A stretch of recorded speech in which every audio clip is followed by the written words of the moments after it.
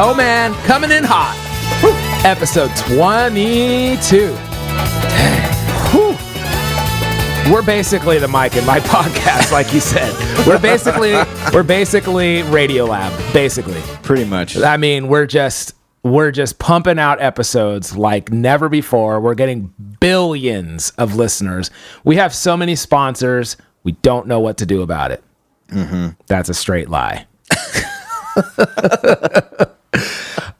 What's up, everybody? It's the Drum Brigade podcast.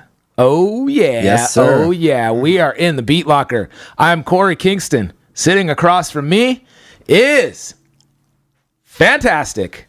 He's producing the show, Philadelphia. He's holding it down. He's plugging things in. He's turning knobs. Yes. He's playing air drums to the intro. Mm-hmm. Funky Phil Pardell. What's up, Funky Phil? Yeah. How's it going, Corey? Good. Thanks for the coffee, man. You're welcome. Oh, yeah. I'm back on coffee, fool. Half calf, though. Half calf. I'm taking it easy. I'm easing myself in. Half calf. Like, when you called me and said, did you want coffee? I was like, yeah, half calf it is. But then you're like, all right, man, I'll see you in a few. I was like, wait. And I was going to say it, just give it to me full calf.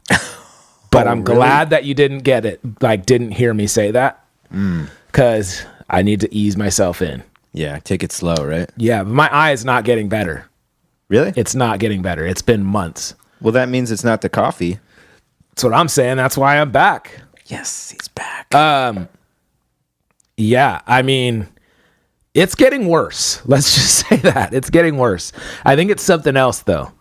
I think it's something else. It's not what that doctor said it was. It's something else. That sucks. And I don't know if there's a cure. I might just be going blind.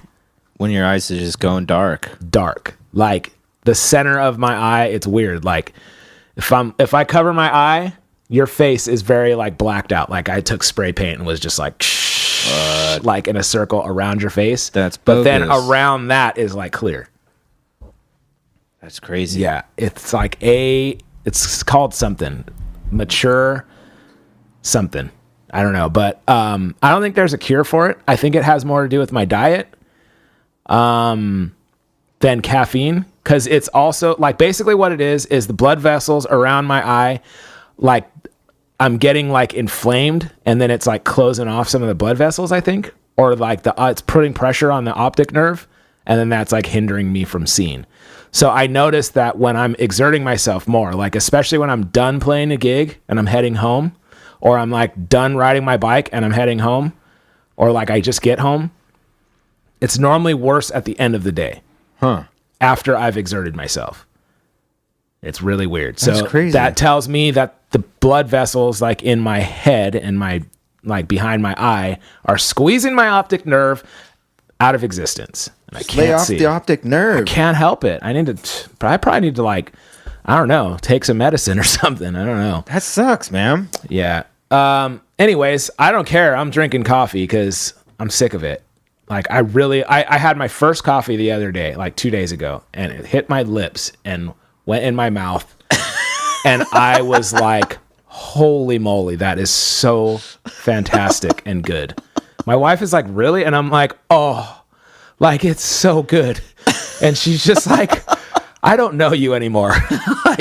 I'm like, I don't know why I love coffee so much. It's just so good. That's amazing. Anyways, we got the Drum Brigade show. It's the 22nd episode. Like I said, we're here in the Beat Locker in beautiful San Diego, California. Drum Brigade. The Drum Brigade is a podcast right now. We're working on a web show. Another week down. We haven't recorded a thing. I think we're going to have to wait till after New Year's. Let's get past NAMM. We'll have a bunch of footage, all that stuff. Mm-hmm. And then we'll be like amped up. Yeah. Like we got to take on this year and like not make it like last year. And like, we'll get it going. We'll have good content up. Yes. NAMM. I think we'll have a ton of content for our web show from NAMM, or at least for this podcast. We're trying to put it out like as we do it. Yeah. So that NAMM show will I think that'll just ignite like our fire of getting it done. Anyways, you can listen to this show on iTunes, Stitcher, SoundCloud, TuneIn, drumbrigade.com, and YouTube. soon to be Spotify, and soon to be Patreon. I got to kind of look into that maybe today or tomorrow if I can. I got to put that on my list of things. Patreon, I don't really know, man. Like I want people to like help us out, but I just don't think anybody will. I'm so negative. I love it. I don't know. All right. Anyways, we'll have some exclusive content for you guys on Patreon if you want, sooner or later, hopefully like very soon. Patreon and Spotify, we need to get done before NAMM show. Drum Brigade is a community. It's a family. It's a place for drummers, drum enthusiasts, future drummers, people who are just playing into music and culture to be among like-minded individuals. So it's like the platform for them. It's like the place for them. We're working on new ways to get you guys to be like among each other, I guess is the like an easy way to say it. Drum Brigade is a way to support each other as fellow drummers, but also a means to push each other to excel and expand horizons in a spirit of camaraderie rather than negative competition. We are all about that camaraderie life, not that competition life. So when we're like shedding, when we're hanging out, when you come on our show and you're just kicking it with us, it's all about that camaraderie.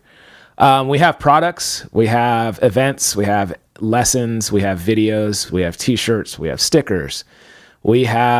Sometimes we host sheds, community events. Last year at NAMM, we did like an after party. It was dope. So it's the Brotherhood of Drums. Phil, are you part of the Brotherhood of Drums? Are you part of the Drum Brigade? Yes. All right, me too. Let's get into it.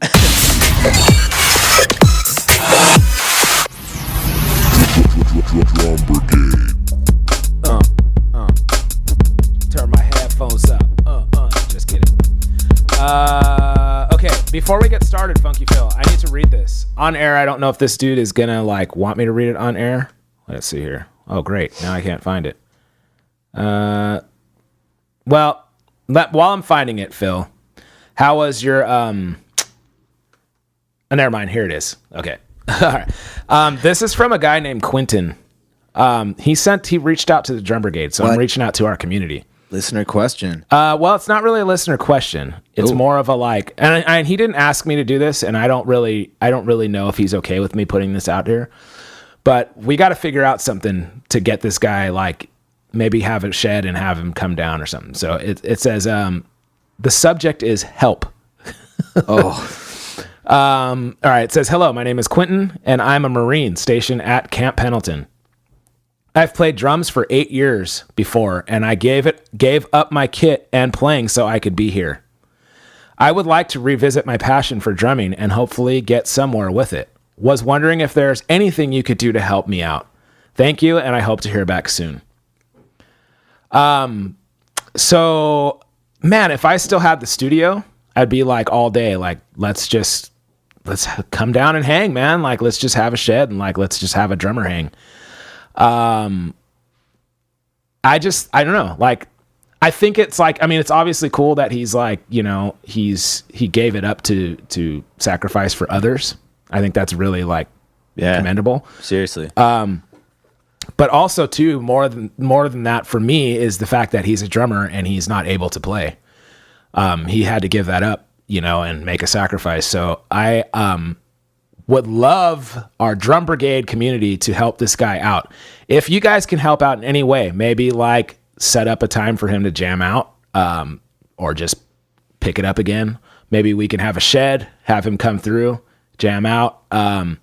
Maybe Preston can do something for him. I don't know. Maybe Haram can do something for him. We're reaching out to all you guys to help out a fellow drummer in need. Yeah. He needs to play.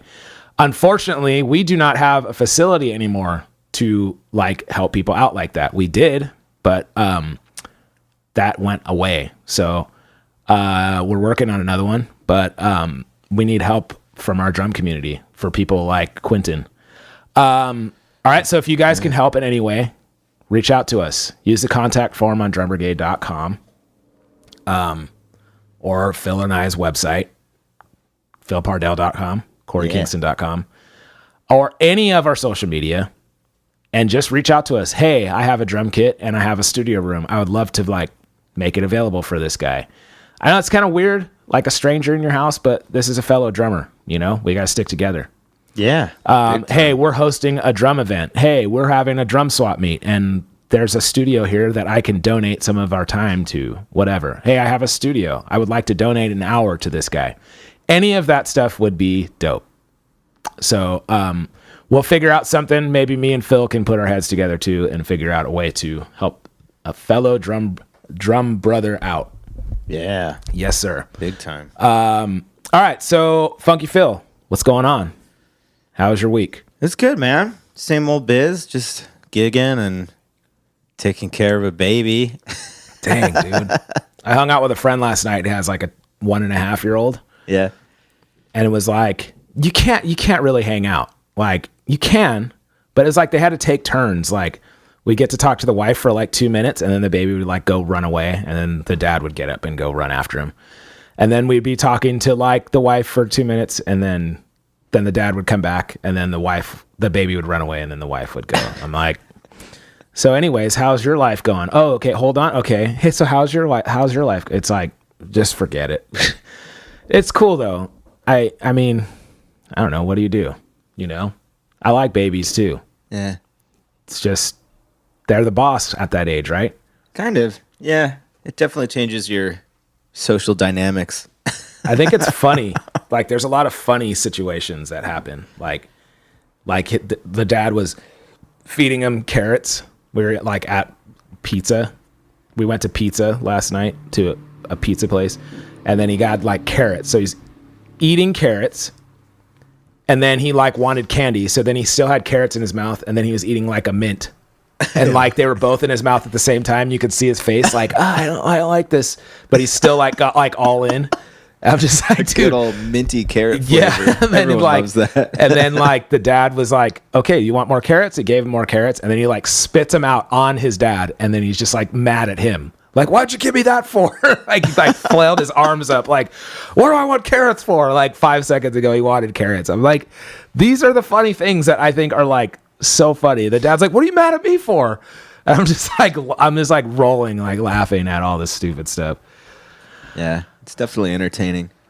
How was your week? Well, it was good. You got some new sticks, I saw. Yeah. Actually, I that was like kind of really cool. Like, weird situation. So I took the train down to San Diego, to play a gig, and I was on the train, like sending texts, sending emails, whatever, getting stuff done. And then I was like on Instagram, and I see a picture of Che that we had him on the show a while ago. Mm-hmm. He's the artist AR guy for Haram drumsticks. And I've been like talking to you about these funky sticks that they have. And so I'm like, man, I need to get some. So I see his picture, and I'm like, oh man, I need to hit up this dude and just see if I can buy like, you know, like a small batch, like maybe like 5 pairs, you know? And I was like, let me hit him up. And like, I start picking up, like going into my contacts, and then my phone rings and it's him. Wow. And I'm like, what the heck? He's and then spying like, on you. yeah. And then he just like, something happened with the connection. So then like he texts me a picture of the 2 pairs of sticks, like on a practice pad. And he's just like, yo, I got some sticks for you. Where are you at? And I hadn't even talked to him yet. I'm like, that's weird, dude. I go, I was just going to call you. And he's like, are you playing downtown? And I'm like, yeah, I'm like almost downtown right now. He's like, I'm in downtown. I'm going to meet up with you. And he like showed up at my gig, delivered 2 pairs of sticks to me. And he's like, I just want you to try them out before you buy them. And I'm like, what the heck is going on here? Like, yeah, that's how they roll, man. That's crazy. That's why I like Haram. They're awesome. Dude, what other company in the world? Dude, Phil, you're just breaking my stools, dude. Sorry. No, it happens all the time. We need to put Loctite in them. I always say, I said to him, like, what other drumstick company would show up at your gig and hand deliver you sticks just to try out? Yeah. Like, I know, like, Vic Firth or whatever will, like, send sticks to your gig if you're on tour or whatever. I don't care about that. Like, because they're so, like, not personal. Like, I used to have a deal with Vic Firth, and their AR guy, I left Vic Firth because of their AR guy. Like, that's how much I don't like. I love Vic Firth. I love their drumsticks. I think they're amazing. I think they're like the best possibly. But I feel like some of these smaller companies are much better than like a Vic Firth stick. Scorpion drumsticks. I have no affiliation with Scorpion drumsticks. Those dudes make a like superior product. I'm not exaggerating. Scorpion drumsticks make a superior product to anybody out there. Tried those. My goodness. They weren't at the NAMM show. No, I think they're a very right? small company. But like the same thing, these funky sticks, man, from Haram are like, You like them? I love them. Yeah, they're incredible. So they don't play very quiet. Like like they're heavy. They're top heavy. Yeah, they're top heavy. So you like if you're slamming like on a pop gig or something, these would be great ska sticks for me. And like, but yeah, they're stiff and they're like, they last a long time. They're like very, very like good stuff. So I'm going to order some more for sure. Yeah. Che, thank you very much for bringing those out to me. And they came and used them on some gigs. It was great. That's awesome. Yeah, man. I've been saying that for a long time though. Like Haram, Scorpion, our Drum Brigade sticks. I think like a few others. There's another company that I won't mention because the guy is such a jerk, but there's another company out there that is like, their sticks are all way better than what you would get at like Guitar Center. Like if you're paying $12 or $11 or $8 for a pair of Vic Firths, and you can try like 15 or 16. Yeah, or 15 or 16 for one pair of drumsticks. Yeah. That is crazy because if you go and you pay $10 for a Haram pair of sticks, it's going to probably last you twice as long. If you spend $10 on a Scorpion pair of drumsticks and you order them from their website, they have these drumsticks that they guarantee they'll last 4 times as long as your regular drumsticks. 4 times? 4 times. And they do. They're crazy. Our Drum Brigade sticks last forever. Yeah, those are pretty indestructible. People think that they're just like student drumsticks or whatever because we don't make a lot of different sizes, but they're good. That's all I could say. Like the most that happens is like the logo rubs off, but like wears off. I mean, when you're playing them, but they last a long time. They last like longer than any of my other like top name brand sticks have lasted. So not to say that those are bad, like, dude, like I just said, I really like Vic Firth. That's like my stick of choice. Vic Firth 55As are like my stick of choice. They're too expensive. Their AR rep is a total douche. And like, that's all I can say. That's all I can say. So I'm going to play like stuff that's like actually better. And like, you can have a personal relationship with these people. Like, dude, you order Drum Brigade sticks, you order Haram sticks, you're talking to an actual person. Yeah. And that person is going to go out of his way to get you. Dude, I'm not endorsed by Scorpion drumsticks. It feels like a soapbox right now. I'm not endorsed by Scorpion drumsticks, but I like get a message from them on Facebook like, yo, do you need anything, Corey? Like, can we get you anything? How are you doing on sticks? Like, I don't remember specifically like word for word, but it was basically a courtesy like message on Facebook. Can we get you anything? Do you need anything? Do you need any drumsticks? That's like how an AR rep should be. I'm not even endorsed by this company, but their product is like superior. They have good like artist rep. You know, they're just great. That's all I'm saying. Just go out there and play something else. Help the small guys for once in your life. Yeah, seriously. You don't have to just play freaking Vic Firth because Carter Buford does. Does he? I don't know. I don't even keep up with He that. probably plays Zildjian sticks with golf gloves on. Yeah, the white ones. Dun, dun, dun. Dun, dun, dun. Chewing gum and stuff. I don't know why I like hate on Carter Buford, but like, because the dude is so obviously a good drummer. I've always kind of hated on Carter Buford because one, he freaking straight rips off Dennis Chambers. You cannot deny that. You think? Dude, come on. Yeah, I guess. Come on. It's, yeah. I mean, he does some different phrasing though. Dude. That whole open-handed biz is kind of. Yeah, it's cool. You should go back and watch him. Like, you can't deny how great he is. I haven't watched him in a while. You can't deny that he's a great drummer. But like, I've gone back and watched him, and I'm like, I'm such a jerk, dude. I'm not like, but like, you're like, yeah, man, that fool's dope. But like, back in the day, I was like, why is this fool trying to be Dennis Chambers so bad? Or is Dennis Chambers trying to be him? Well, one of the things that I think is cool about Carter Buford is that he like made being a fantastic drummer mainstream. Yeah. Like, I feel like he got a huge spotlight in, when that band was really big. Like, he was like huge, and it like really shined a new sort of perspective on on playing drums in a band. I feel like for a lot of like, for a lot of people that maybe don't play music. Yeah. Yeah. Well, yeah. Okay. So when, I guess, yeah, that's the thing. You can't deny that he's like one of the greats, right?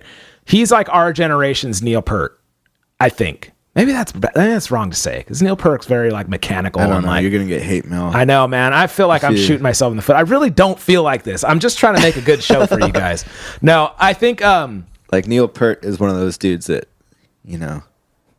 people who love Neil Peart, they're like, he's the best in the world forever. Dude, no. Get out of my face with that. I mean, I'll fight you if you say Neil that Peart to me. is another great drummer. He is. Yeah. He's not my favorite, but he's amazing. That's what I'm saying. So I would so Carter Buford, back in the day, he was doing stuff that nobody else was doing, except for Dennis Chambers. But Dennis doesn't do that much open-handed stuff. It's not... You're taking one thing. It's not the open-handedness. It's the like crossover cymbal jazz that he does. That's true. Like flashy stuff. He was dressing just like Dennis Chambers at the same time Dennis Chambers was. He has more like, hair though. He was like wearing this hair like that. He had like a jerry curl, I think. He was like chewing gum like Dennis Chambers. Everybody thought that was Dennis Chambers. I would show them videos of Dennis Chambers, be like, this is the best drummer. This is my favorite drummer in the 90s, okay? And they'd be like, oh yeah, I know that guy. He plays with Dave, what's it called? Dave, what's his name? Matthews? Dave Matthews Band.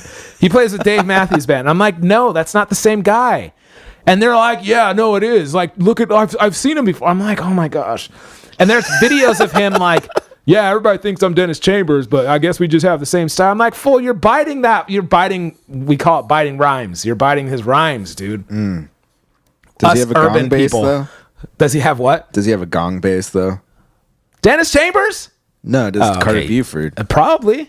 You've seen his drum set? It's monstrous. I don't see it. Carter Buford, you're a great drummer. I'm sure you listen to the show. You just kick back. But he plays Yamaha drums, and Dennis plays your favorite. Pearl, yeah. Yeah. Yamaha's dope. Pearl? It's so funny because I think like all the big brands make their like professional top of the line drums are good.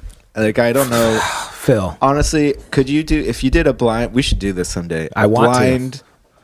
A blind sound test and get a 10-inch, like a 10x6 or 10x7 tom from each brand. Mm-hmm. Tune them exactly the same. Each brand? We're gonna have hundreds of them.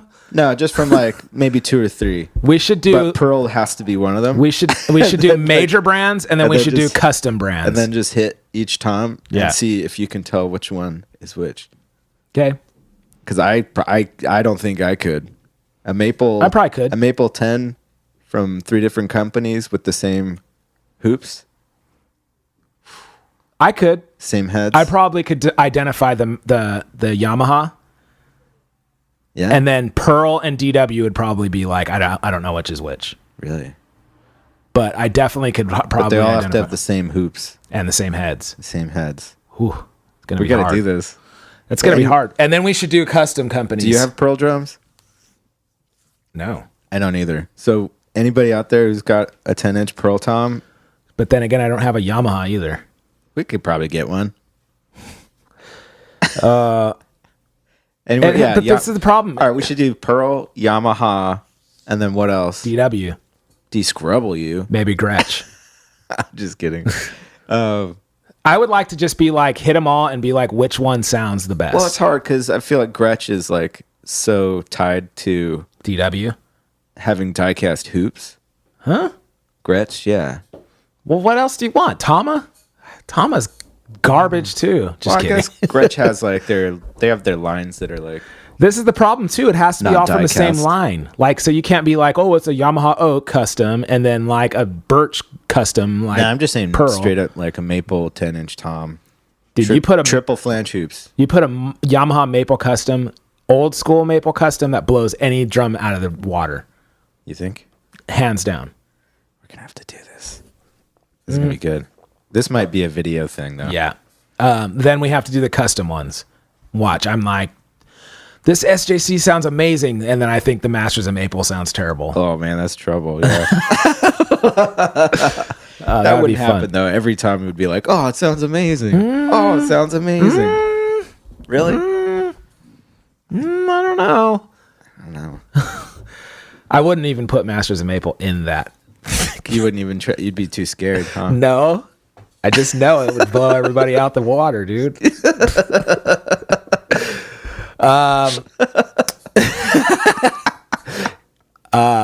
Okay, so I have a soapbox, and we're gonna do topic of the day versus like question of the day. What do you want what do you want? Topic or soapbox? Let's do the topic. Let's get into that because All right. your soapbox is going to be like an hour or so. Okay, cool.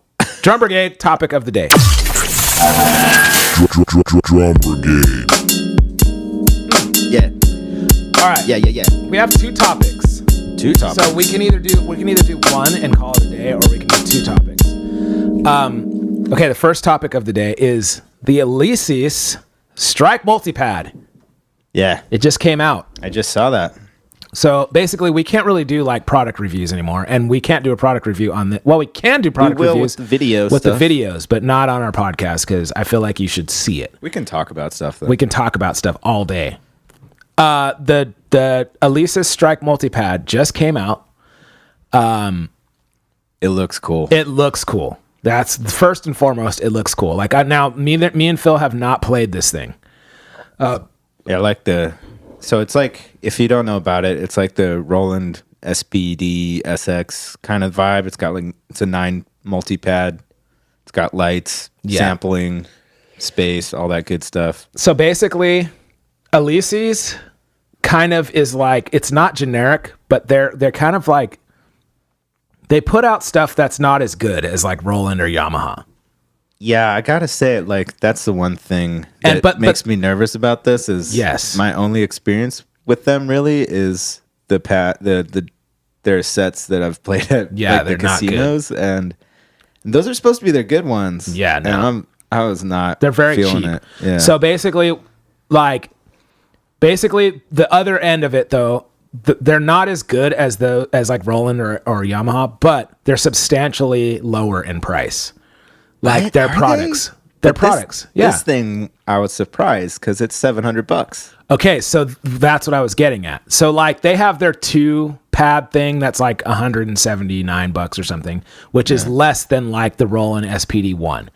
And then they have like their comparable thing to the SPDS, but it's only 8 pads. 8 pads. And then the middle one looks like it's a pad, but it's just a lit up logo, which is lame. So this is their replacement for that. And that thing was, I want to say like under $400 or something. So it was like half the price of the Roland version basically, but it was like substantially cheaper.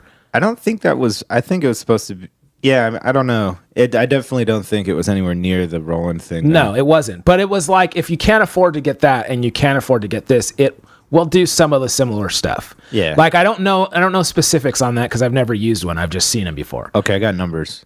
Okay. So the small 4-pad Alesis one is 179. Yes. The one that's got like the 8 pads Mm-hmm. is 299. Wow, so that's $300. So that's what I mean. Like you can have like a pretty decent sample pad for $300 and it's good, right? I mean, that's good, but it's not going to do all the things. It's not like comparable to like the Yamaha version, the like SPDSX or anything like that. So what happened is Alesis just released something that will compete with Yamaha's version and Roland's version of a sampling pad, a multi-pad. And it looks pretty dope. It looks pretty dope, but this one is the same price as an SPDSX. Right now. Yeah, you can actually get that right now, because I guess it's like Cyber Monday. You can get the Roland one for like like less than this one right now. Really? Yeah. Like what, $600 or something? Let me look it up. So the SPDSX is pretty dope. I just got one. You can get it for $600 today. Wow, that's a good deal. Yeah. That's a good deal. They're normally $1,000, man. Well, I thought they were like 900. Maybe, yeah. I guess with taxes, it's creeping dude, on that's a grand good there. price. Yeah, $600 for one today. I was like, oh, I kind of want to get one. But you know what I'm thinking? The fact that they had a price, they must have just dropped the price on this because it was like rocking 900 for a long time or whatever. It tells me they might be coming out with a new one. Yeah, that's what I'm thinking. Which is going to bum me out. I think Yamaha is way overdue for a new one. Yeah. I'd be excited to see that one. So, okay, let me break it down. Like basically, SPDS, I had a lot of problems with that. That's their older model. The silver one? The silver one. I had one for like less than a day and sent it back because it was just like no good. We talked about that on the show. I've used one for years on gigs that it had problems with like false triggering. Sometimes you'd hit one sample and it would trigger another one.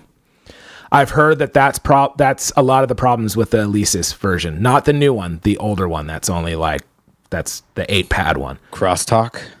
Yeah. Yeah. So this one, they said that they have fixed that problem. And it seems like this one can do a lot more than the SPDSX. So, one is the color coordinating. You can change the colorful lights on it. That's cool to me. And that sounds like, why would you need to do that? Well, here's why. Because when you're using one of these things, sometimes you want like some things to be color coordinated. Like, okay, samples are going to always be red and claps are always going to be yellow and bass drums are going to be blue or like, that's cool. I wish my SPDSX had that because you have to basically memorize for each kit where everything is. Yeah. So this thing can do a lot of stuff. There's 32 gigs of room. That's so much space. That's so much space. The Roland dude. was 2 gigs? I think it's 4. Maybe it's 2. It has 4 like things to like plug in, like 4 outside trigger. What do they call that, Phil? Triggers? Like, so you can hook up a bass drum, you can hook up a hi-hat. Yeah, they're both. It seems like they're both geared towards foot pedal devices, so you can have a kick pedal and a hi-hat pedal. But this one is capable of using.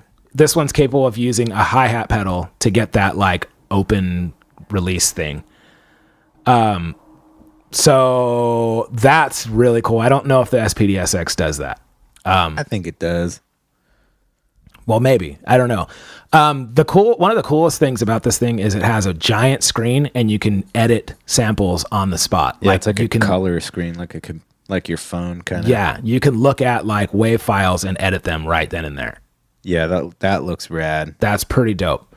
What I am worried about though is that screen being that big. Like, there's crazy things that happens when you're playing in the dark or like you're on stage or you're like flailing your drumsticks or maybe you're unscrewing a cymbal and the wing nut drops on your snare and so I'm worried about having a giant screen. I'm wondering how like if that's like tempered glass or like maybe they've tested that. I don't know, but that seems a little sketchy to have a giant screen right below where you're like hitting this pad.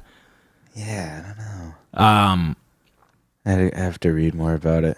Yeah, I don't really know. Other than that, like it seems like you can do everything that you've ever wanted to do. You can. I heard it comes with like tons of samples that you don't really like You don't really even need to like search websites and stuff unless you need something very specific. But the general, like generic samples that you always use, like 808s and claps and digital snares and or 909 snares, 808 snares, all that stuff is already built in, and you don't really need to like search for better ones. From what I understand now, I would kind of like to test that out and be the judge. But yeah, man. It comes preloaded with a bunch of samples. It comes like ready to go with like it has tons of room. You can like edit WAV files on the spot, like on the screen. There's all kinds of stuff, man. It's dope. It's dope. I want to try it out, but I probably won't because I just got an SPDSX, Phil. So yeah, this thing looks pretty rad. It's got it looks sleek, huh? It's like a lot of options. Yeah. It seems like it makes it really easy to record and edit samples. I just worry about the quality coming from Elise's. Yeah, that's my main. I'd be worried about the pads themselves because, dude, that set they've got at the casino, Garbage. dude. They had it a week, and the ride cymbal trigger was dead. It was completely like it fires half the time you hit it. Maybe the bell doesn't work at all anymore. I don't get that, And it was like a week, dude. like brand new. They're like top of the line, I don't get it. and it's just like already done. I don't understand drummers though that go to these casinos and or venues that have backline kits. Like I seriously play drums every day, like almost every day, 6 times a week. Like I've had my drums this is embarrassing, and I need to like fix this probably like this week. But I've played my drums. I don't play my drums every day, but at least a couple times a week, once or twice a week. I've had my drums for 2 years. I've never replaced the heads. Snare drums, yes, I've replaced the snare drum heads. My drums sound like crap right now. I need to change the heads really bad. But that being said, who is going into these venues and like how hard do you have to hit a drum set to break it that bad? Yeah. I guarantee you we can. Like one of them, like, you know how they've got rubber around the rims? Yeah. And there's actually like a metal hoop underneath the rubber for like the snare, rim clicks or whatever. Yeah. Yeah. It's like the rubber's completely cut through all the way to the metal. I don't understand who is hitting drums that hard. Yeah. Like who is going in there? Like there's been times where I've been so mad at the drums at Paula that like I've secretly like tried to like kick through the kick drum or like hit the like I've tried to hit the snare so hard that like I actually break it because I hate those drums so much. Dang.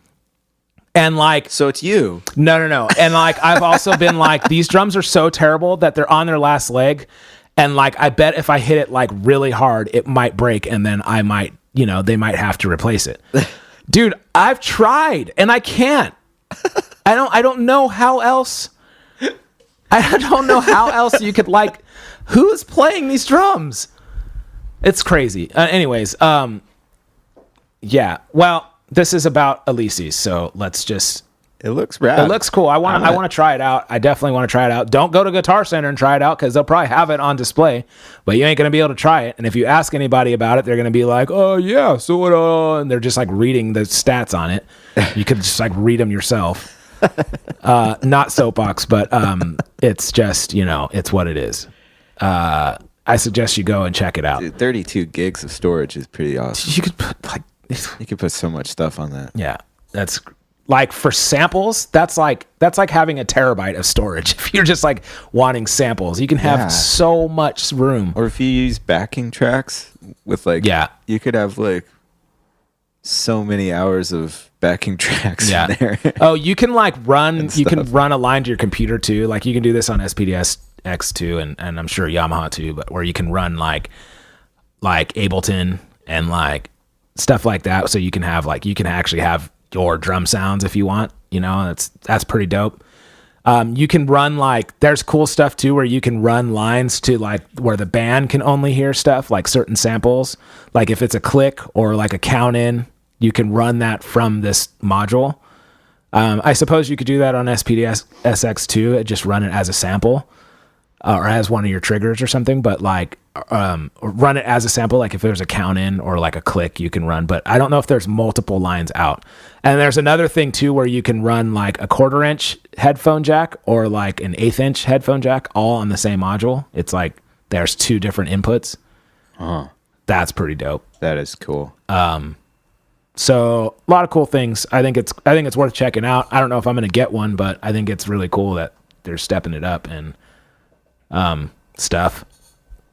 Yeah, that's pretty rad. Yeah, they've got a lot of outs, ins and outs. Yeah. All right, soapbox time. Uh-oh.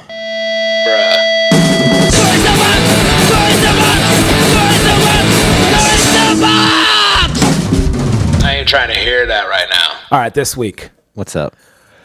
I didn't talk about it when you asked me about my gigs because I didn't want to jump on this soapbox right now. But oh boy, I've had a couple run-ins with some fancy pants bass players that I'm not happy with. Fancy pants? Like they've got sparkles on them? No, it has nothing to do with their pants. I just don't want to insult them directly. So I don't know. Okay, so I'm going to talk about this week, and then I'm just going to talk about bass players in general. I've been having a problem with bass players. So I have like a couple bass players that I work with that are super cool. Super, super, super cool. But then I've done some sub gigs where I'm like, oh boy, this guy. Okay. I have one guy that I'm not really down with, dude. I like, to say the least, I'm just not down with this guy. Why? I don't get along with him. like personality-wise? Personality-wise, I don't get along with this dude. I think he's not a great bass player. I think he's kind of a jerk. I think he's out for his own benefit and not like a team player whatsoever. Those are all bad qualities. I think he pretends to play nice with others, but I think it's only if he can get something out of it. And that's not my kind of person. So every time I've ever played with this dude, I'm like part of his market research, I feel. Yeah. So basically he's trying to get information out of me so that he can like compare that to like his stuff, I guess. So basically what I'm saying is I'm trying to be like discreet here. I'm not trying to get too detailed, but I don't really care if this dude likes me or not because he's a fool. But every time I've played with him, he's prying for information. So like I try to just hold my cards close, you know, unless you're like a homie. Information, or you mean like music? Like, hey man, so like where are you playing this weekend? I don't know, man, just playing some gigs. Like, so where? I'm playing here. Oh, really? Who you playing with? It's this guy. Oh, really? Okay, cool. Yeah. So what kind of gig is it? Like, I don't know, man. It's just like a casual. Oh, really? That's cool, man. So like, what kind of venue? Is it like a big venue, small venue, bar, like wedding, corporate event? I don't know, man. It's just a gig, dude. Honestly, it's just a gig. What the load-in time is? I'm like, and then it's like, oh, really? Like, how much does it pay, dude? Like, how much? Like, what kind of bread? What's the bread like on that gig? I don't know this dude. I don't know you. That's kind of a no-no. Yeah, he's done that to me several times, and so now I'm like, he's done that. So okay. Let me explain thoroughly. Like, the first time I fell for it.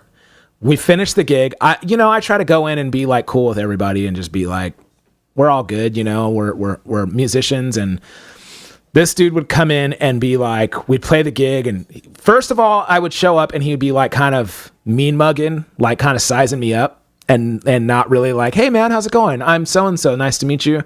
Looking forward to playing with you. No, it was just kind of like eyeballing me when I walk in. Then after the gig, it's like, hey man, you sound really great. So who do you normally play with? And he's just trying to be friendly, quote unquote. And then I'm like, oh yeah, you know, I play around town and like I tour a little bit with like this band and this band and then I play with this band and that band and you know, I'm working like my main gig is this group. Oh, really cool, man. What kind of work do you guys do? Like what kind of events do you guys do? Blah, blah, blah. And he starts prying questions. Oh, really? If you don't mind me asking, how much does something like that pay? So he's acting like he's trying to get in like like if you need a gig, like, and I go, well, man, I go, if you're looking for a gig, maybe this guy can help you out. And then the truth comes out. Oh, well, no, I'm not looking for a gig. He's just basically trying to compare stats. Like, I'm trying not to say too much. So like, he's just trying to compare us to somebody else that he plays with or he works with. And then he goes, oh, well, dude, like, I mean, yeah, on my gigs, they pay a lot more than that. So like, and we play like bigger venues. And so then he just like tries to like squish your stuff. Like what, like, I'm like, bro, you just asked me for all this. You just asked me for this information. He's done that to me at least 2 times, probably 3. That's weird. And as soon as you tell him all the information that he wants, oh, well, like, yeah, the gigs I normally play, like, normally pay a lot more than that. And they're like bigger, better venues. And like, yeah. So he's basically being like, oh, that's cool, but all my stuff's better. Yeah. He's that kid. Yeah. So anyways, he shows up like the last time I played with him a few weeks ago, he was like doing that. He was asking me all these weird questions, man. Hey, have you ever traveled here? Have you ever been there? Like, and I'm like, yeah. And, oh, well, why were you there? And I was like, well, I was on tour. Like I was playing, oh, well, what kind of venues were you playing? I was just playing like, I don't know, man, just venues. And I know I know this dude. So stop, stop trying to get something out of me.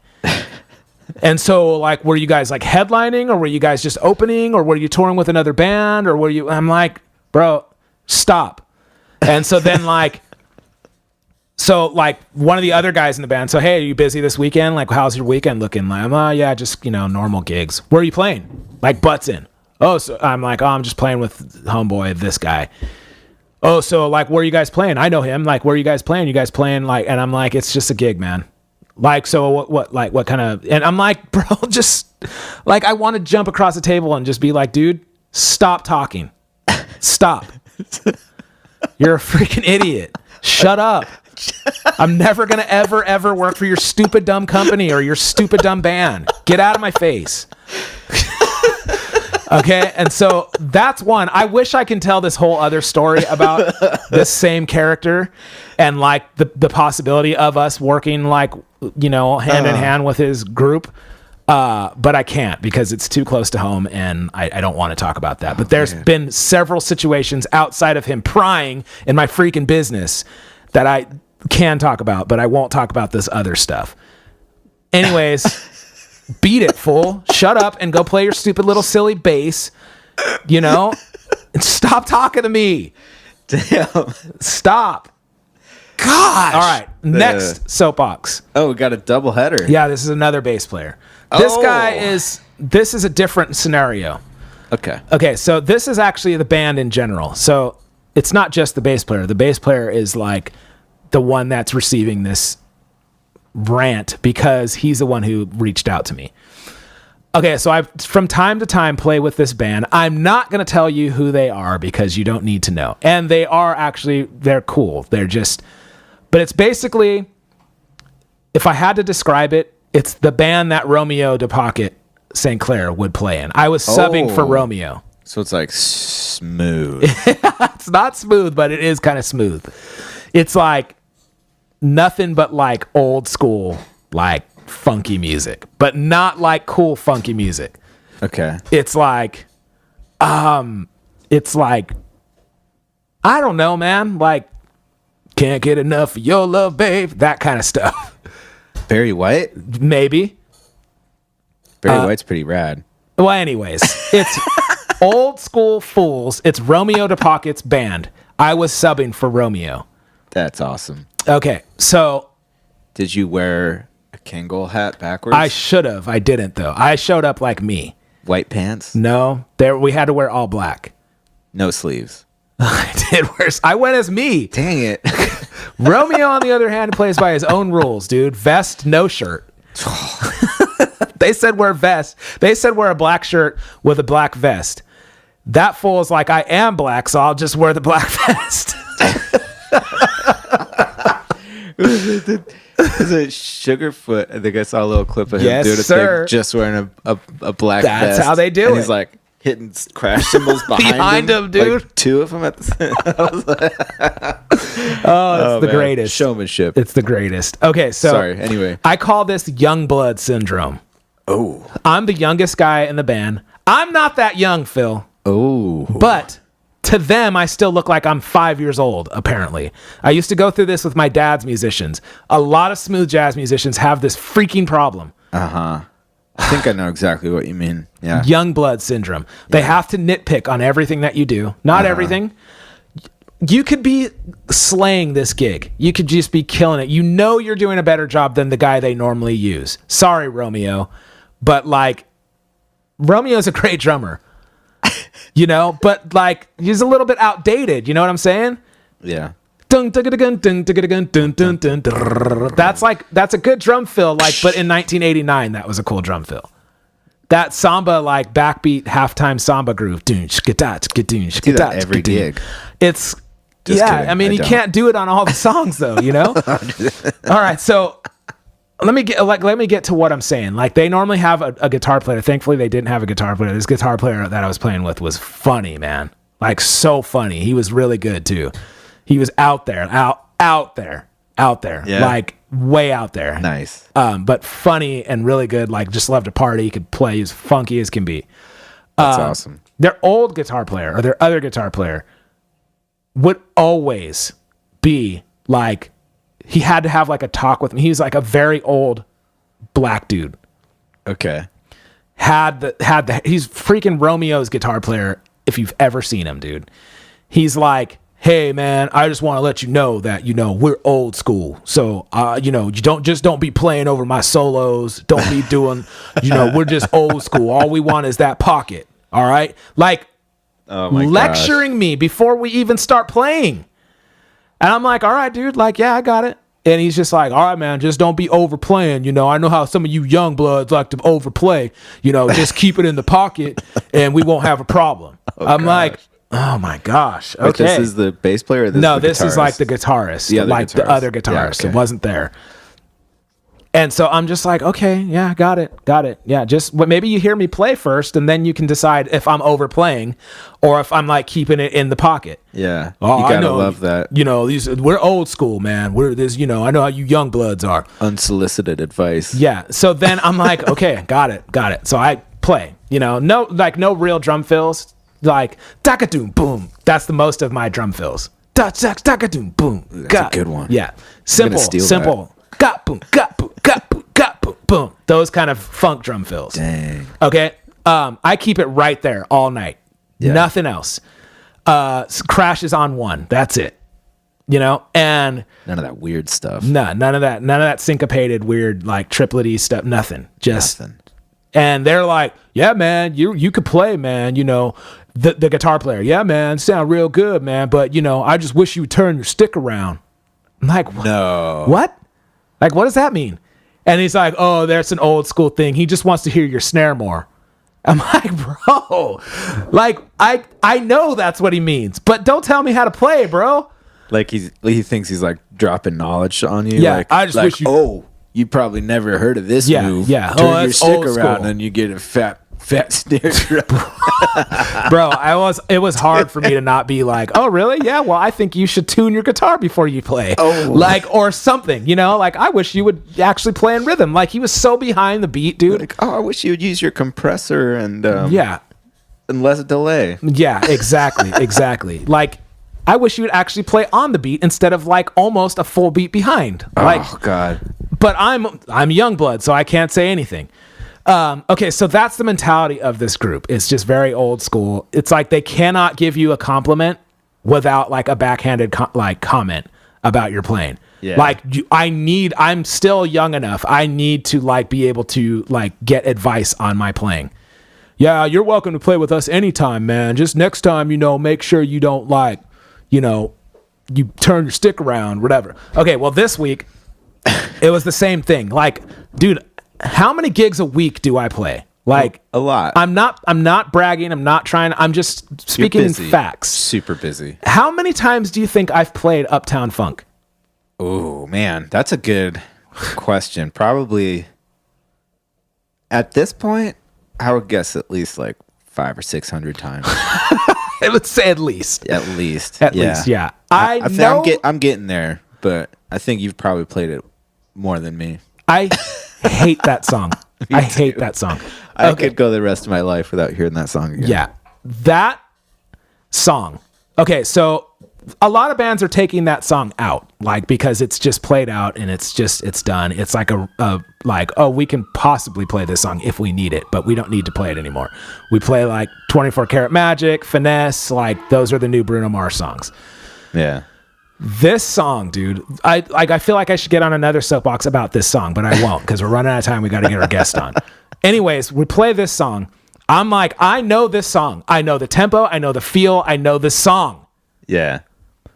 It was one of those situations where, yeah, man, you sound really great. This dude is yelling at me while we're playing that song. Oh, no. Yelling at me. And I'm like, I can't hear you, bro. I'm playing at Humphrey, so I'm behind the glass. Oh, the fish tank. Yeah. And I'm like, I can't hear you, but and he's just like, oh, come on, man. Come on, blah, blah, blah. I'm like, what's this fool talking about? First of all, I'm not in your band. I'm not in your band. Yeah. I'm subbing in your band.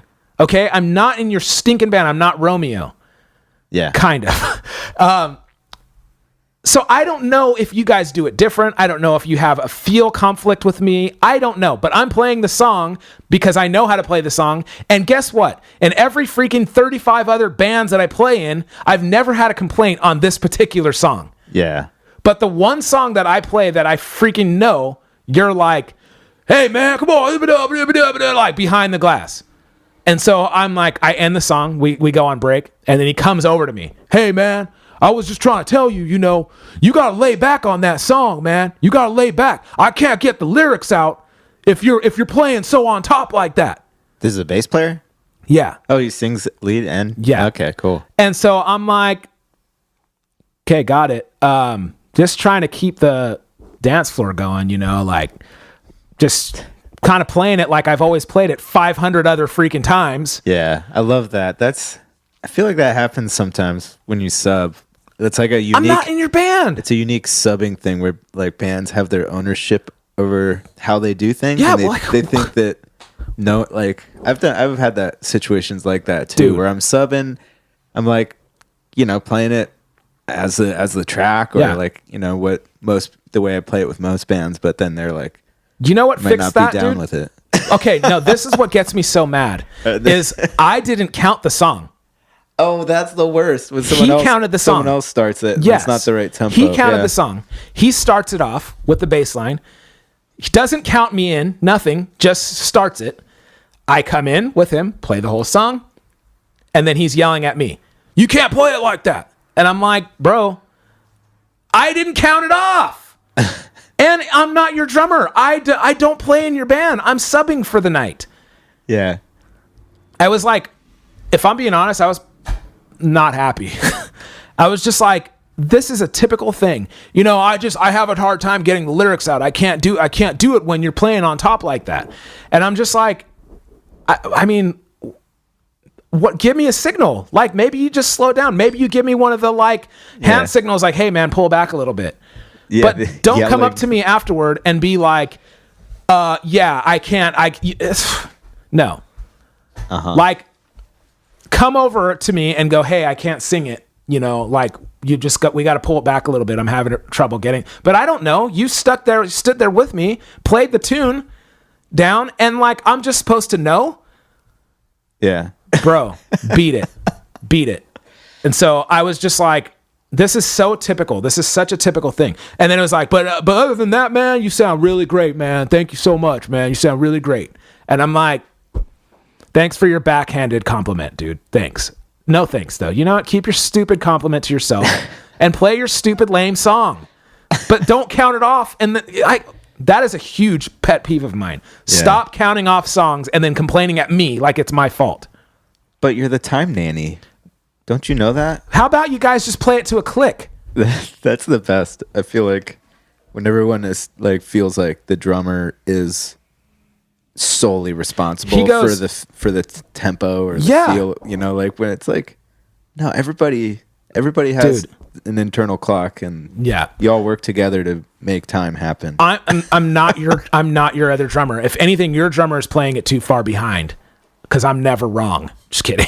No, no. Like he goes. If anything, he's like, you don't need to play it on top of the beat like that. He's like, if anything, you can play it slower. He's like, everybody talks about playing it up tempo, like, you know, like all you guys talk about playing it all up tempo to keep the dance floor full. He's like, that's BS. This is what he's saying to me. Ooh. He's like, if anything, you could play it slower and it'll still keep the dance floor going. And he sees my face where I'm just like, yeah, got it, dude. Glad I'm taking lessons from you now. And he's just like, but I mean, no, you sound great. I'm just saying, you know, for future, you know, you don't need to play it on top like that. It's just hard for me to get the lyrics out. Say that then. Yeah. Don't tell me that it's BS if I want to play it up tempo, because I'm watching the dance floor and I know what I've done this song, like we said, hundreds of times, and I know how to play this stinking song, dude.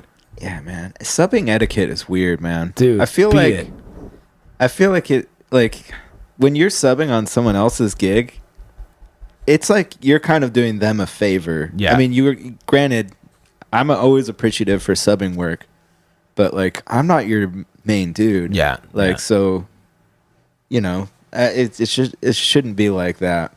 It's very weird. But anyways, I wasn't happy, and I felt the same way. Like I came in here kind of like, am I your drummer now? Like, but it's the Youngblood syndrome, dude. It's just you talking to me like I need to be taught something. I need to be taught a lesson when you're like not really killing, dude. Like not really, like you're not really like the top dude in San Diego. You're not really like killing on. This is your band, and I respect that, and I respect you as a musician, but I respect you as an older person too. But like, bro, like back off. Like, just bass players. Just freaking stop. Yeah, oh, my strings are bigger. Like, whatever.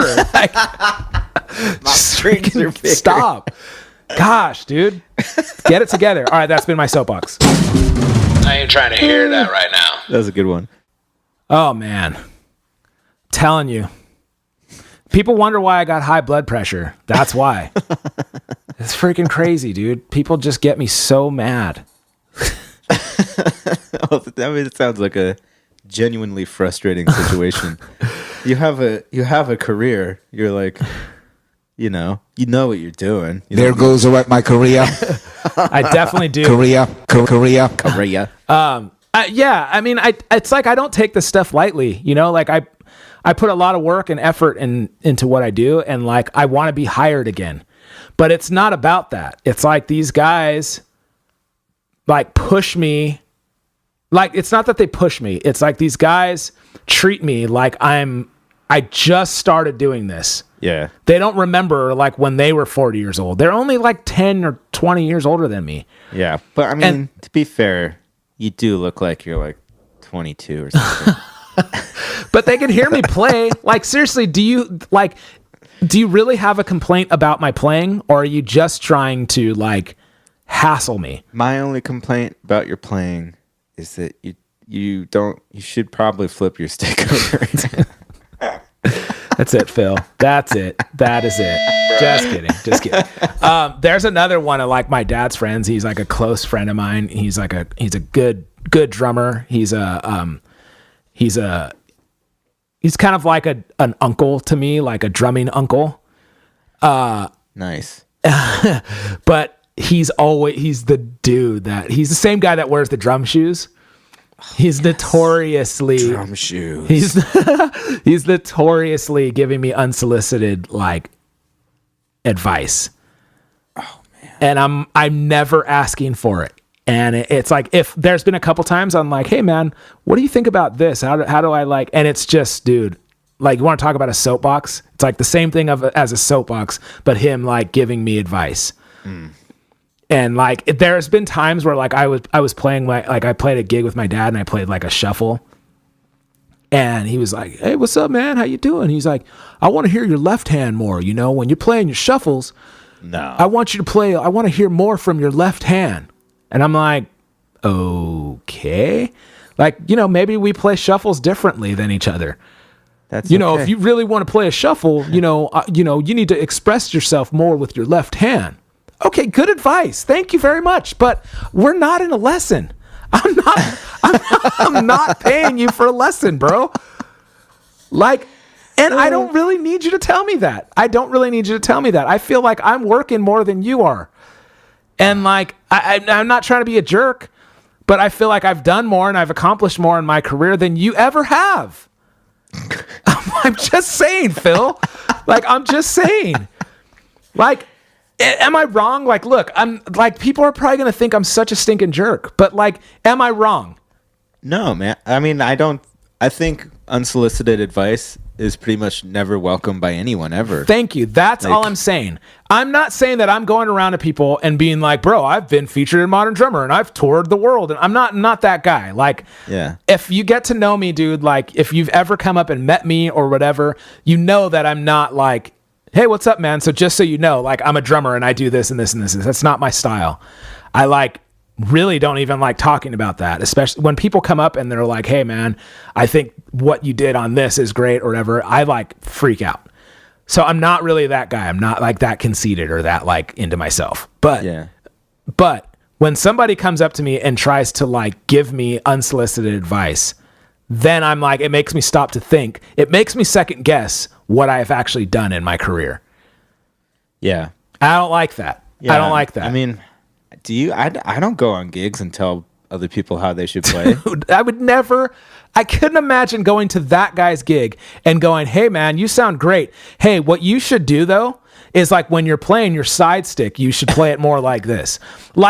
Do I have opinions about certain things? I got what you're trying to do on that thing, that fill that you did, but maybe you should try it more like this. Or especially other instruments. Do you ever go on a gig and tell a bass player how they should play? That's even worse. Never.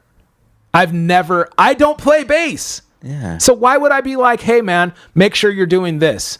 It's I mean, I understand if you have a band and you're you've got a sub that is coming into the fold. Yeah. And you want to help make sure that they're on the up and up about things you might do different or vibe or whatever. Yeah.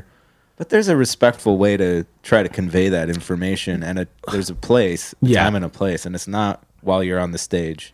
Well, I guess also too, I think about I was on another gig this weekend, yesterday. What's today? Sunday. Monday. So Saturday I was on a gig, and I was we're playing this tune, and the bass player didn't know it. He's another old school dude, but he's very nice. And he could play. He's a really good player. But I've been in situations with this guy where he doesn't learn the material. And he's so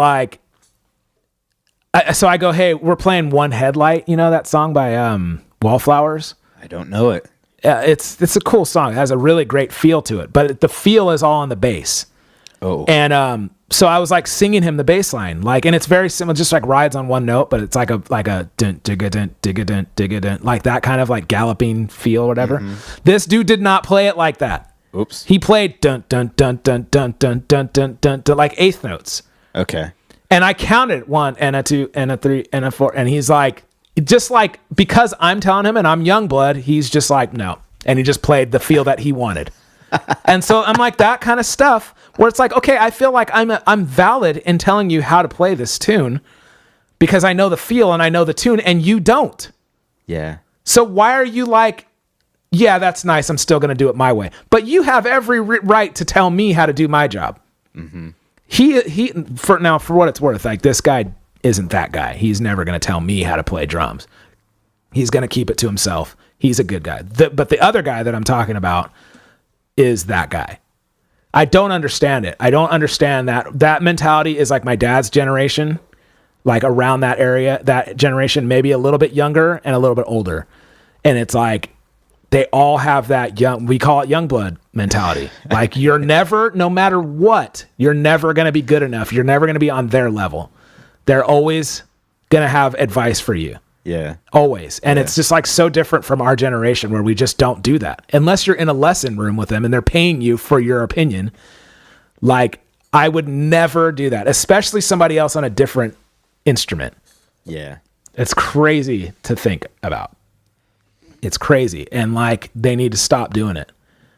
Yeah. I wonder what would happen though if you're just like, you know what? Shut up. Don't tell me what to do. I'd imagine Old blood. You would old blood. I'd imagine you're not gonna get that subbing spot again. I just wonder if I approach them with the same mentality. Like, yeah, and oh, by the way, since you're telling me that I need to lay back, I was going to tell you that on the song before that, you need to like play on top a little bit more because it's hindering like what we're doing. You know, it's like harming us. Like it's killing the dance floor. You're playing too far behind. So just, you know, people may say that you should play, like people of your generation would say that playing behind is what you should do. But in my generation, I say that's BS. Play on top. But other than that, you sound good. Like, what if I said that? Like, dude, you should try it sometime. I seriously want to try that. Do sometime. it. And same thing with on like some subbing gig that you really don't care about. Dude, yeah, I should. Like that was my thought about the other soapbox too. Like when the guy is like, "Hey, so how much do you make?" I should just straight answer that question with a question. Oh yeah. Well, I make a lot, but how much do you make? You know? Yeah. And then like let me compare with you, bozo. Or just make up a ridiculous number. Dude. Like, oh yeah, that gig, it was like $5,000. Yeah. Just, give or take. Give or take like 1,000. Sometimes they tip us $1,000 each. Yeah. Sometimes I want to just be like, yeah, well, I don't really get paid, but they just pay me in beer. So it's cool because I love beer. Yeah. And just see what he's really like. What? Yeah, man. Like, no, they try to pay me, but I'm like, nah, I'm good. I just want beer. Just give me beer. I just love playing my drums so much that I don't want to get paid for it. That's the thing I've been getting upset about. Is like when I feel like that's a problem with our industry. Yeah. Is that like a lot of these places try to make gigs more worth your while by giving you like drink tickets. Yeah, it's an incentive. Like, your gig pays like crap, but you got 2 drink tickets each. Yeah. Thanks. So I can almost get a buzz. Thank you. And I know they might be charging normal people $9 a beer for that, but I know that's not what it costs them. No. They're really giving you like maybe $1 worth of beer. Yeah. And calling it part of your pay. And then bro, you feel like you're missing out on your pay if you don't take advantage of those tickets, right? Yeah. So you end up drinking every gig. That's the same people that'll complain like if you drink too much. Then they're like, well, you know, you guys like you can't handle your liquor, so like we need you to be like dude, there's so many things in this world that like that's ridiculous. Like, first of all, why are you giving me 2 drink tickets? What am I going to do with 2 drink tickets? Yeah. And then I only get Wells or like draft. I mean, the worst beer you can have. So you're telling me that I could get a Bud Light or a Coors Light or a draft vodka and I have a headache midway through my second set. Yeah. And like you're watering it down so crazy. Like it does nothing for you. Like I got to play 4 hours and this is what I get, 2 beers? Yeah, that's No, bogus. get out of my face with that. No. Get out of here. I'd rather get the money. Just give me the money. Like, yeah, just give me the money. Don't I hate that. That whole thing, that's a whole nother soapbox. It's a whole nother, that one. And like, well, I mean, like I've had like bar owners be like, well, yeah, but you're playing at this place. Like, it's like it's such a big deal that you're playing at like my bar. Yeah. Well, you get to play though. You get to play here and it's promotion for your band. Oh, okay, cool. Like, cool. Then I'm just going to come here and eat because I'm going to talk about it on social media. And so it's promotion for your restaurant. Yeah. For free. Idiots. Send all your staff home and just tell them that they're not getting paid because it's promotion for their job. Yeah. Dude, everybody's been on that soapbox before. Well, today, okay, I'm going to switch gears. So today is Cyber Monday. Yeah. Which is one of those big equipment sale days. Yeah. And we just had Black Friday and all that. Did you get any equipment or order anything? I'm kind of broke right now. I got like a bunch of equipment earlier in this year. This year I've kind of gone a little big. Like I got cymbals. Uh-huh. I got an SPDSX. I got an SPD1. Yeah, stuff like that. So I've kind of been like dialing in my my setup that's needed to happen for a long time. So I basically had a few extra gigs this year and has been able to get me like where I need to go. I still need to go get new heads for my drums. Yeah, you do. I still need a drum kick module thing that I borrowed from you. I need to get one. Don't leave without me giving your beater too. Oh yeah. And then there's one thing I want to get on Amazon today for Cyber Monday. It's just a little tray that connects to your like microphone stand, or it would connect to my hi-hat stand. So basically, or not my hi-hat stand, basically when I use the SPDS-X, I also use an in-ear setup. And before, I would always put a snare stand with a spare drum head flipped upside down. So it's like a little table. Ooh, that's a good idea for a DIY table. Yeah. And then I can put like all my stuff, my phone and everything on that. And then my monitor system on that too. Well, I don't want to do that anymore because it's an extra snare stand and it's like an extra head and all this stuff. And so I'm like, well, what if I got like a little tray that connects to the stand that the SPDS-X is on? And so I found one for $10. Nice. And then it has another like little, like it's just like a little arm that comes out with a tray on it. It connects to like a mic stand or whatever. But then that has another threaded end on it that a microphone can go on. So you can put like a condenser on it, or I have like a camera mic stand mount that I can put on there, and I can mount a GoPro on it. Oh, that's perfect. Yes. That's really cool especially for in-ears too, because then you could always, because sometimes the drum mic situation is lacking, and you could put a little area mic to pick up as like an overhead almost. That's cool. I think it's definitely worth getting. It's only $10. And I think for Cyber Monday, it might be even cheaper. So I'm ordering that today, whether I have the money or not. Nice. But other than that, I talked to Sahir about ordering a little like kick drum that matches my kit. Mm-hmm. He said it's doable. So I don't know, but I'm getting tired of my Odery kit. I might just sell it to help pay for the kick drum from Masters of Maple, but because I really want to just play that kit all the time. I don't want to play a stupid Odery kit. Like, no offense, but they're cool, but it's just not really, it's really great for jazz gigs, but I really like the kick drum. It's a 14-inch kick drum. I really like that. That's so small. It's so small, but I've got it to sound good, and it's like, it works. Like sometimes on these schmucky metal band gigs, I have to play like a cocktail hour set, and you don't want to. I don't want to move my kick drum. So I bring that one. It's a 14-inch kick, and it like just fits in my car, and then I set it up outside, and it's really easy.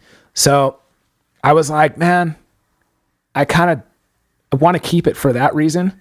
But then I'm playing like legit jazz gigs these days, and I don't have a proper jazz kit. So I'm like, maybe I order a small bass drum for Masters of Maple, and with wood hoops and everything. Well, that'd be cool. Yeah, it might be. It might be cool to just have a smaller version of my exact bass drum. Do it. So I was like 16-inch, 18-inch, maybe a 20-inch, but like really shallow. And he's like, yeah, I would probably go with 18-inch. And I'm like, okay, well, if we go with 18-inch, I still want it to be really shallow. So it's like a miniature bass drum. I don't know how it'll sound though. I don't know. Yeah, I don't think I've ever played a really shallow 18 or anything. I like the idea of it though. I don't want a kick drum that like I can just be like, I'll just play this one. Like I want a kick drum that's used for a purpose. Like I want it to be tuned for like, yeah. But then again, I might go with like a 20 by like 14, like very shallow. So I can use it like in shuffle and bang and stuff. Yeah. So I don't know what I'm going to do, but he's like, I would probably go with 18. Basically the way Sahir works is like, he knows like kind of what I do. He knows what I'm going for. And then he'll recommend based on that. He gives you like a drum prescription. Basically. Yeah. So he's like, I wouldn't go with a 16-inch. Definitely not. No. I used to have a 16-inch kick. Yeah. Like a bona fide wood hoop. That thing was awesome. Yeah. I feel like that would be cool, but then I can never use that with ska stuff.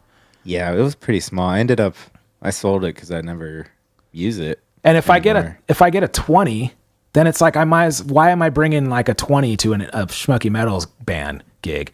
Like 20, I feel like if you're bringing two drum sets. One for like a cocktail thing. A 20 might be too big. Yeah. I don't know. It's just kind of but a 20 be would hard be to fit in your car. A funky little 20 by like 14 or 12, 20 by 12. Like a really funky little kick drum would be sweet, but it's like now I'm legit bringing 2 bass drums in my car. Yeah. So that's whack sauce. So I think 18 by 14 might be a dope little thing. That'd be fun. Or 18 by like 15 or 16. What's that one at Eddie V's? Is that 18 on that kit? 18. Forget. Yeah. Yeah, that was a fun But kit. that's an 18 by 16, I think. That's too normal for me. I think 18 by 14 might be cool. I want a miniature little tiny small little bass drum. Yeah. And I want it to be boomy and like versatile a little bit. Mm-hmm. Yeah, I think that would be dope. So Sounds rad. I got to talk to him about it. What about you? Are you getting anything for Cyber Monday? Yeah. Well, I went to Drum Flip and I just went to go check stuff out, but I ended up getting this weird kick drum beater that Gibraltar made that like automatically is supposed to adjust. Weird. Like it's kind of like, it's got this big round flat head, but it's like thin, super thin, but it's got a really like wide surface area that hits your kick. Felt, and I used it on a gig and it sounded cool, but I noticed it because it's kind of floppy, like it's supposed to automatically adjust to your kick angle. Yeah. But I don't know if it was just because it was like used and it was old. It was like maybe too floppy, but I noticed it was like wearing through the felt unevenly. And it was like getting close to Plastic Town, which, as you know, will destroy your head. Right.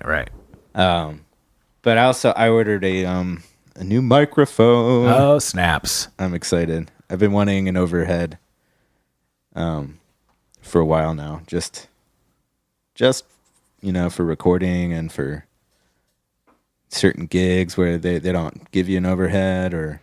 That is always good. If you're using an in-ear rig and they don't give you overheads, you're like, I can't hear my cymbals and now I'm going to possibly break them.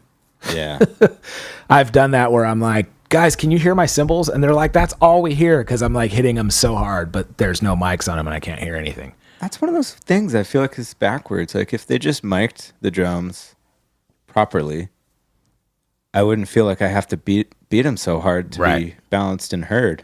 I've had them where the in-ear monitor mix is so great and you just have a glorious gig and you just play like nothing. Like it's just, you hear everything and I'm not smacking the drums. I'm playing. It's like, there's a situation where like at like this one venue, they were like, we always have a problem with volume. So they put you in the fish tank and then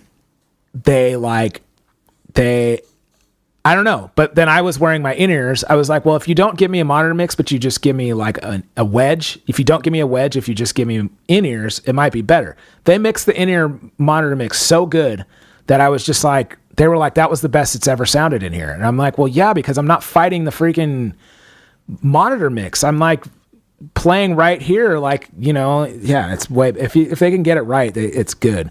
But if they're like, I never understood why they're like, okay, if you're limited on microphones or limited on inputs, maybe you just give me a kick and a snare and an overhead. But why are you trying to mic the floor tom and the rack tom? Like, just give me an overhead, and then I can hear everything. Yeah. But maybe it's just me. I'm not an engineer, so I don't know. Nah, I'm with you, man. Yeah.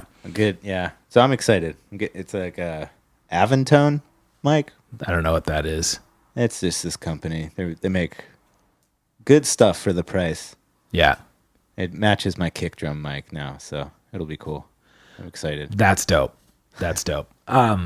I don't rarely use kick drum. I mean, I rarely use mics unless I have mics, but I just have like stuff to get me by. Like I don't have good mics, but they've come in really in handy for like videos and stuff. Like, but I really want to get a Monheim. I wish I want some of those too. I want the overhead so bad. Maybe they would want to sponsor the show. I don't think he does that. I think everybody pays no matter what, but they're really, it's a good deal. He'll let you pay half and then pay the rest. And I've thought about doing it, but I just don't have use for, well, that's weird. This happened again, Phil. I just got an email from Monheim Mics right now. It just popped up on my computer. Cyber Monday deal. That is so weird. Like, I'm talking about people. Like, if I had $1 million, it didn't happen. Dang it. That was good. That was a good try, though. Gosh. It's like, Yeah, that's what I really wanted, was some of those Monheim overhead style. They're mics. Expensive, though, man. But I just cannot. Yeah. He did a demo at our old studio. They're the best sounding mics I've ever heard on drums. Ever. Yeah, they seem amazing. I like have you heard the Earthworks? Those are amazing. Yeah. But That dude's a really nice guy too, and like makes a quality, just super good stuff. Okay, so this show, man, it's just you and I, Funky Phil. We don't really have a guest today. Our guest kind of fell through. I'm sorry, everyone. We had a strong guest, but we're gonna have him next week, I think. All right. So, anyways, no guest this week. Sorry, guys. We're just gonna we're gonna come out swinging next week, though. It's just Funky Phil and I talking about things, products, soapboxes, Cyber Mondays.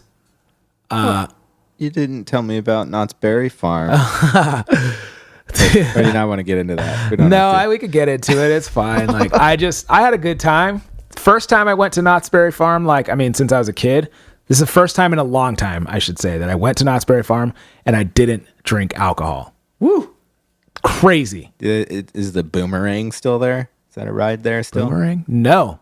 What? Okay, so this is what I found out about myself. I'm going back to when I was a little kid. Maybe it's because I wasn't drinking, but there are some rides that I straight am like, nope, no, not doing that. I wonder if that's... There's a ride called the Accelerator. No. I've done it. I've done it before, but no. So you sit there and then it shoots you like a freaking rocket. Okay. Like straight for this hill that goes straight up. You go over the top and then it goes straight down. Uh-huh. No. I've done it before. There's a couple things that I don't like. The other one is like California Screaming or something. It's like it takes you, it's like free fall basically. It takes you up to the top and then you just wait there and then it drops you down. Okay, so it's not that I'm like afraid of rides. It's that I just don't like certain rides. I don't like when rides, it gives me too much anxiety when they like put you somewhere and then you're waiting for them to like launch you into Kingdom Come. Like that anticipation, I don't like. It's not the drop. I don't mind the drop. I don't mind that stuff. I don't like sitting there and waiting for them to like let you go. Yeah. I hate that feeling. I hate it. I'm like, just freaking drop me. Just drop me already. Or tell me when it's going to drop. If they were like, okay, we're going to drop you in 3, 2, 1, and then you drop, I'm good. That's part of the thrill. No, I don't like that thrill. No. That's not a thrill. That stresses me out. Yeah. So that Accelerator is like that, where you're sitting there and you're waiting, and then they're like, all right, we're getting ready to drop you in 3, and then they'll just let you go. Like you're sitting there waiting, and then all of a sudden your like throat is in the back of your head. I don't like that. I don't like that. And so there's a new ride there. They took out the Boomerang and they put in a new ride that literally, I'm not exaggerating, it makes you go straight up. It's like a you know how roller coasters like tick, tick, tick, tick, tick, tick, tick. This is literally straight up and down. Like you're going up a wall. Then it goes over the top and then it has you kind of slanted, just sitting there waiting to drop straight down. That's it? Straight down. No. And then you do like a roller coaster. But straight up, straight down roller coaster. So they keep you at the top of that crest. It doesn't go backwards like the Boomerang did? No. The Boomerang was on the borderline because remember how they would like you do the ride and then it would keep you at the top. Oh, yeah. And then it would like pull you up and then you'd have to wait for them to release you backwards. I don't like that feeling, dude. I don't mind going backwards. I don't mind the roller coaster. We're going upside down. It's all good. But don't give me that like, oh, we don't know when it's going to drop. No, I don't. I don't like that. So this one, I was straight up. It's a new ride. I was straight up like, nope, Not doing it. And my wife's like, come on, babe. And I'm like, nope. I don't need to do it. She's like, you'd probably like it. It's really smooth. And I'm like, nope. If it didn't have that drop, I'm on board. But I don't need to go straight up and feel like I'm going to flip backwards. And I don't need to go straight down. And I don't need to sit at the top waiting for you to let me go. I don't need that. And I heard that at the top, they like psych you out. Like, okay, we're going to let you go now. And they move the roller coaster a little bit. And then they're like, psych. And I'm like, no. Oh, man. And you're dropping straight down. Not like, oh, it's really steep. No, like straight down. You feel, and they're like, you're rised up out of the seat. So you feel like you're going to flip out. No. I'm like, no, I'll go on the let's go to Camp Snoopy. I'm down with that. Yeah, dude, I'm a total sissy now when it comes to I used to be like fearless. I'll go on any of them. Yeah. Loop-de-loops, backwards, Me too. drops, whatever. I guess maybe it's because I'm older and more aware of people dying. Yeah, exactly. And like horrible things happening on roller coasters. I'm like, nah, I don't need to. I'll just go to Disney. I'll go on the, Splash Mountain or whatever. Yeah, I'm cool with that. I'll do any ride at Disneyland, but I'm not going on that. No. And I'm like, that's how I am with Magic Mountain. I'm like, dude, there's some rides that I just won't do. Dude, carnivals, like the traveling. I won't do any of them. Town with the I'm like, I'm not doing any of those. I do not trust you, Carney. That rust bucket. Get out of here. No. My brother-in-law was like, dude, what is wrong with you? Just come on. He's like, you don't drink anymore. Like, what is all this? You're not going on any rides. And I'm like, dude, I'm sorry, man. Like, I'll go on some of them, but there's just some. He's like, what, are you scared? And I'm like, no, it doesn't bring me any, like, I have no pleasure from that. I'm like stressing out. Yeah. Sometimes, I'm scared. I'm scared because I don't trust the machine. Yeah. Sometimes it's just not worth it. Especially, dude, I know you don't have kids, but when you have kids, it's like, if I die because of a stupid roller coaster and my kids have to grow up without a dad because of that, that is so not worth it. I used to just be like, look, it's not like I'm going to die. Excuse me. It's not like I'm going to die. And it's not like I'm going to it's only like 20 seconds or a minute of like me being like scared. So like get over it and get on the ride. Yeah. But then I did that dropping one, that one where they take you all the way to the top and you're just sitting there and then they drop you straight down. I'm like, this isn't fun for me. Like, it's not like a scary ride. I'm just like mad. Like, don't play with me like that. Just tell me, like, I understand that we're going to drop, but you don't have to like keep me like guessing as to when it's going to happen. I don't like that feeling. Like, I don't like that. I just don't like that. So I had fun, but I felt like I definitely was like, I've changed a little bit. Like I'm just straight not down with this. Did you buy some like jelly or jam or marmalade? I got a funnel cake with jam, like strawberries and boysenberries on it. Dang. It was okay. It was good. That mess was not vegan though. No. And then that's pretty much it. Like we brought food. It was a lot cheaper. Normally I'm like, all right, I got to get a beer in the park. All right, I got to like go to the liquor store before and like make a drink on the way in. And like, I'm like, why do I got to do all that? Like, I'm just going to go and like ride rides. And that's what I did. And I ate a corn. And like corn on the cob? Yeah. Yeah. Dang. It was cool. There was nobody there. We got stuck on a ride. We got stuck on a roller coaster, right? And like, we were just like, we rode the ride, did the whole thing. And then it stops at the end, and we were sitting there for like 10 or 15 minutes. Ooh. There was a guy in the row in front of us that was losing his mind. Really? Like the first minute, he's like, excuse me. He's like, you can't leave people on this ride. It's unsafe. And like, oh boy. And so the people are just kind of like, the people that work there are like, we're working on it, sir. And he's just freaking losing it. Excuse me. Hey, get me off this ride now. Like, yeah, freaking losing it. And then he's like, after a while, he's just yelling, help. Yeah. And like, we're like, what is wrong with this guy? And he's losing it, like losing it. I guess like his friend or his little sister or somebody was like really claustrophobic. And so she was having a meltdown. Oh, man. Like having a meltdown and couldn't take it. And so she got off and she was like frantically like crying and just like hyperventilating. And he storms off the ride. He grabs his backpack off the like little cupboard, and then he's like, he just walks up to the employees, and they're just like over there, like, because he was like, who do I need to talk to? And he just walks up, and he's just, you see him just pointing fingers and just like yelling at him. He's probably gonna sue him because they weren't coming to his aid. He was yelling help, and they were just blowing him off. Ooh, that's not cool. Yeah, and so he was furious, dude, furious.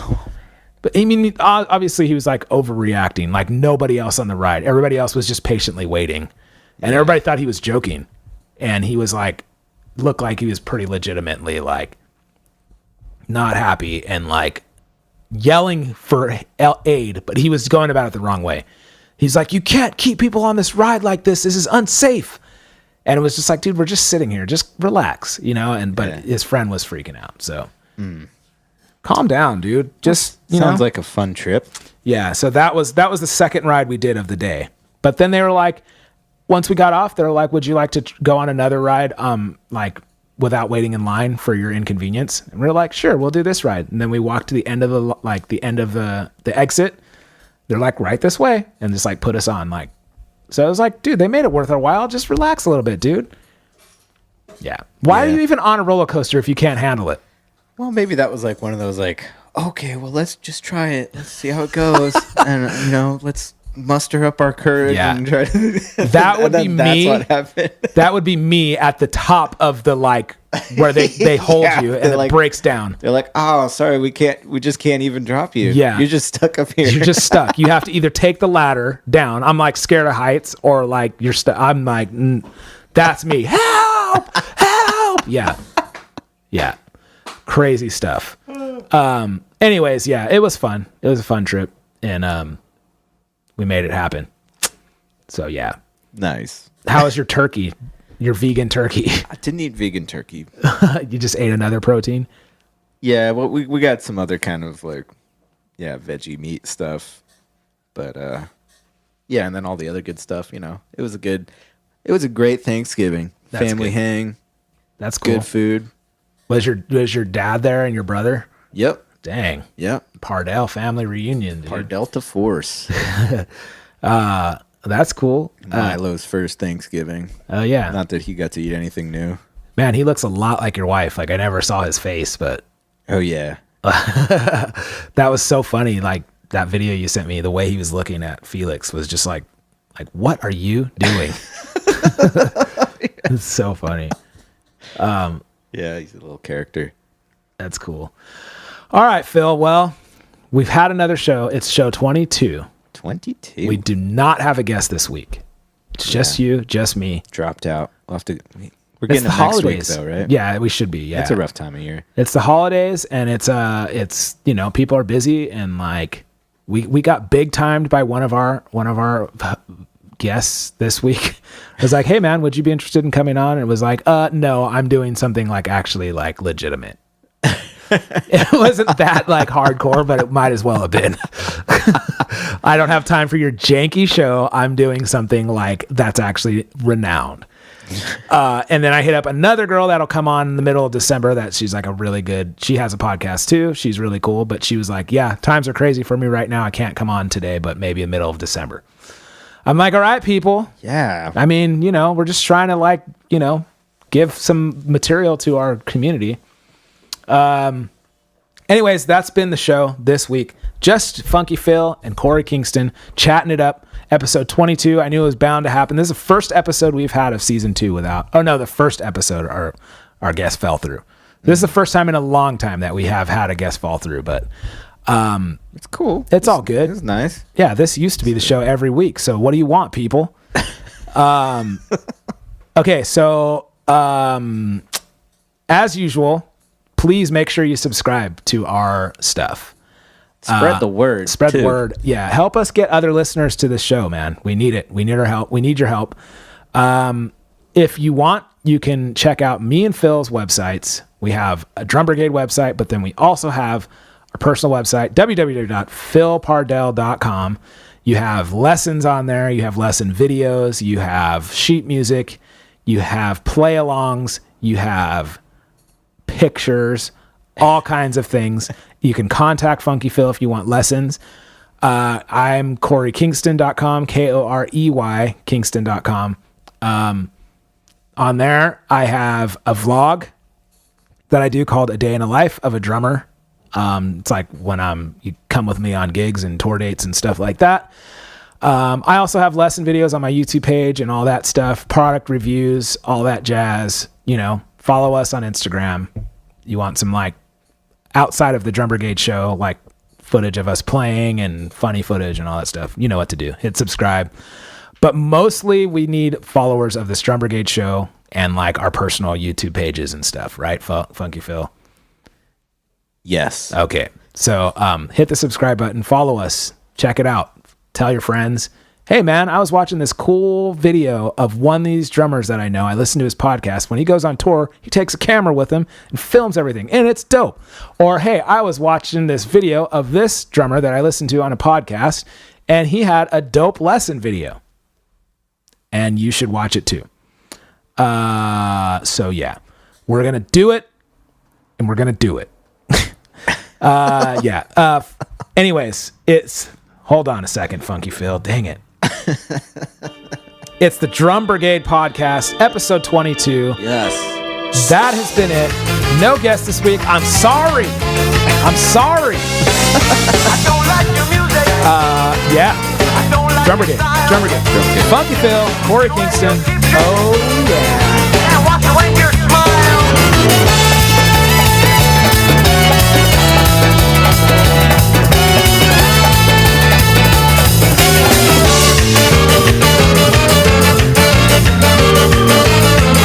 When you extend your dress codes, your politics, your life, and when I read your lips, your own is hard to find. It's always the same old movie.